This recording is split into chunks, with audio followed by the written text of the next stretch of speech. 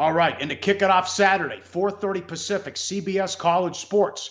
Hawaii on the road to take on Colorado State. The Rams are 14 and 56.5 the total. This was 58 just 2 days ago, so a little money on the under. Well, let's start here. I mean, you got to worry about what's the mindset with the Hawaii kids as you got hit with that. You're getting hit with the Category 5 hurricane, 150-mile-an-hour winds, Teddy. Yeah, I mean, they got out of town before the hurricane hit. They were expected to get out of town last night. I believe they did. But nonetheless, head coach Nick Rolovich saying, he will be sensitive to his team's concerns for friends and family that they are leaving behind. Hawaii is not a place where hurricanes hit every year. This is a big deal for these kids. And make no mistake about it. You're sitting in Fort Collins, 3,000 miles from home.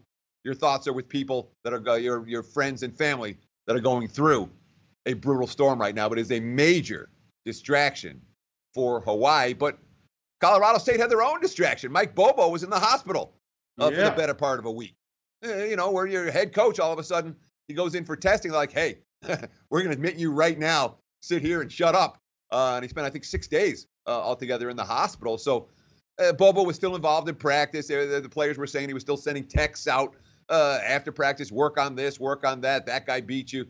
So he was still involved. But when your head coach isn't there for a week right before the first game of the season, that's a distraction. Both teams facing off-field issues.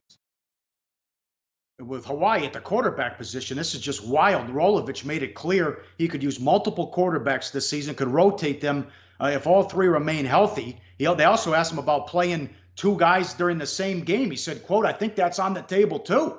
There's more components to it than just the quarterbacks. Guys around in the game plan situation, so I could see that coming. They're supposed to go to a hurry-up offense as well, and with that, I think they're going to struggle out of the gates too. So you're right, two new quarterbacks, and who knows what's going to happen with Hawaii, where they're going, fun and gun and let's go hurry up, and he might play two or three guys, at least maybe two in this game on Saturday.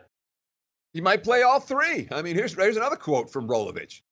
I think we can win some football games with Cole McDonald, with Chevan Cordeiro, and to be honest, with Jeremy Musa too. Musa's got the most talented arm. Cole and Chevan are better athletes, but I think there will be multiple quarterbacks playing this year.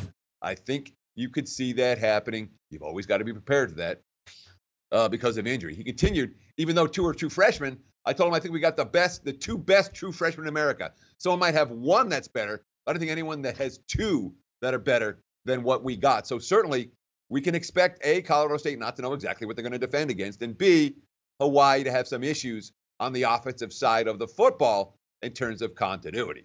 Now, there's no QB questions for Colorado State, even though they have made a quarterback change. KJ Carta-Samuels, graduate transfer from Washington. This is the guy who's been backing up Jake Browning for the last 3 years. He's taken nearly every snap with the number one offense since practice began in late July. And boy, the quotes coming out of camp about Carta-Samuels are pretty good. His quote, "It feels like it's time. I'm excited. I'm ready to get out there with this team and just get a win. Definitely start out and win this first games, just do some good things, and then feed off it as we go throughout the season." Samuels looks like a good fit for Mike Bobo's pro-style offense. I like Rolovich. He's a character. He shows up the last 2 years here in Vegas at Media Day with a Britney Spears lookalike and an Elvis impersonator the last 2 years. And then this is his third year. He went 7-7 and won a bowl game his first season. He took over a program that was coming off a 1-11, a 4-9, and a 3-10.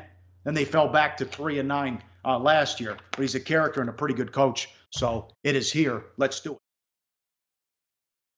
Like the show?